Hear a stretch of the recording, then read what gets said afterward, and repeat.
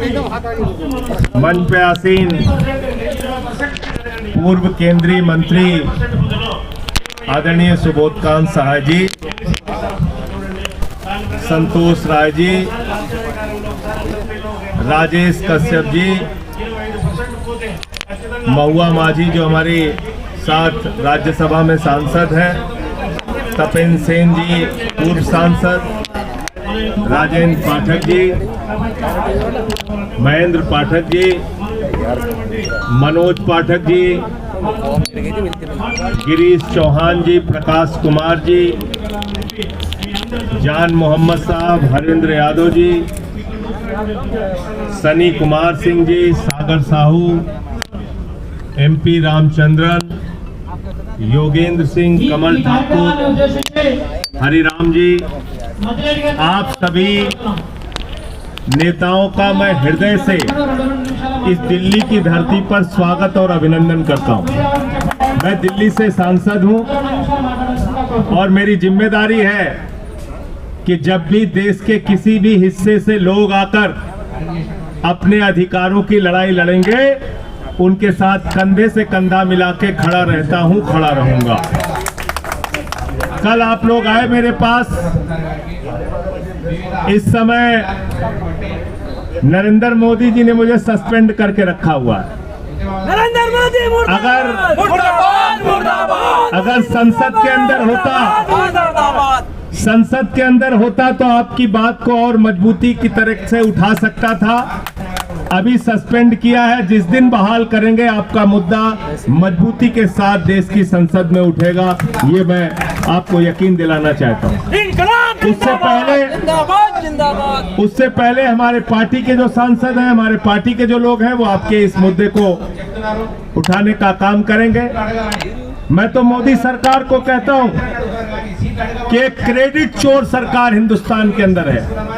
परिश्रम आप कीजिए, मेहनत आप कीजिए, आपकी राज्य सरकार भी कोई काम करेगी तो फीता काटने के लिए नरेंद्र मोदी आ जाएंगे। नरेंद्र मोदी, फीता काटो सरकार, क्रेडिट लो, फ्लाईओवर आप बनाओ, मोदी जी फीता काटने आ जाएंगे। अस्पताल आप बनाओ, मोदी जी फीता काटने आ जाएंगे। इसरो के अंदर एक नहीं, दो नहीं, तीन चंद्रयान के लॉन्चिंग पैड का इसरो के लिए निर्माण करने वाले HEC के कर्मचारियों को अगर 18 महीने से सरकार तनख्वाह नहीं दे रही है तो धिक्कार है ऐसी मोदी सरकार पे जो अपने लिए, अपने देश के लिए काम करने वाले लोगों का ध्यान नहीं रखती, जो अपने देश के लिए खून पसीना और मेहनत करने वाले लोगों का ध्यान नहीं रखती, उनको 2 वक्त की रोटी के लिए मजबूर कर देती है। तो मैं आपके इस मांग में आपके साथ हूं। इसके आधुनिकीकरण का मामला आपने उठाया, कर्मचारियों के वेतन का मामला उठाया, इन सारे विषयों पे हम लोग आपके साथ हैं। दूसरी बात, आज कौन सी सरकार चल रही है और किसके लिए चल रही है, ये आपको सोचना पड़ेगा। क्या इस देश की सरकार मजदूरों के लिए चल रही है? क्या इस देश की सरकार किसानों के लिए चल रही है? क्या इस देश की सरकार नौजवानों के लिए चल रही है? क्या इस देश की सरकार माताओं बहनों के लिए चल रही है? क्या इस देश की सरकार आम इंसान के लिए चल रही है? नहीं, ये इंडिया की सरकार नहीं है, अडानी की सरकार है। अडानी के लिए काम कर रही है, अडानी के लिए काम कर रही है। पूरे देश का बेवकूफ बना रखा है।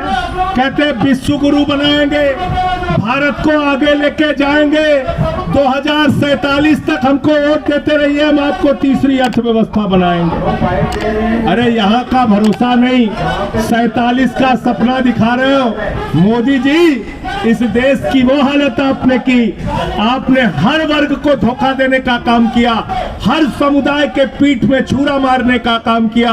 आपने नौजवानों से कहा 2 करोड़ नौकरी हर साल देंगे, 18 करोड़ नौकरी का क्या हुआ? आपने किसानों से कहा फसल का दाम दोगुना करेंगे, किसान के फसल के दाम का क्या हुआ? आपने माताओं बहनों से कहा महंगाई कम करेंगे, उस महंगाई के कम करने के वादे का क्या हुआ? आपने कहा काला धन लेके आएंगे, 15 लाख हर खाते में दे देंगे। 15 लाख तो छोड़िए, 15 पैसे भी किसी के खाते में नहीं आए। जो पैसा था वो भी लूट के लेके चले गए। और मैं तो सुबोध कांत जी यहाँ पर बैठे, मैं कहना चाहता हूँ, इंडिया गठबंधन के दलों के लोग यहाँ बैठे हैं, मैं उनसे भी कहना चाहता हूँ, हमारे कम्युनिस्ट पार्टी के साथी वो भी बैठे हुए, उनसे भी कहना चाहता हूँ।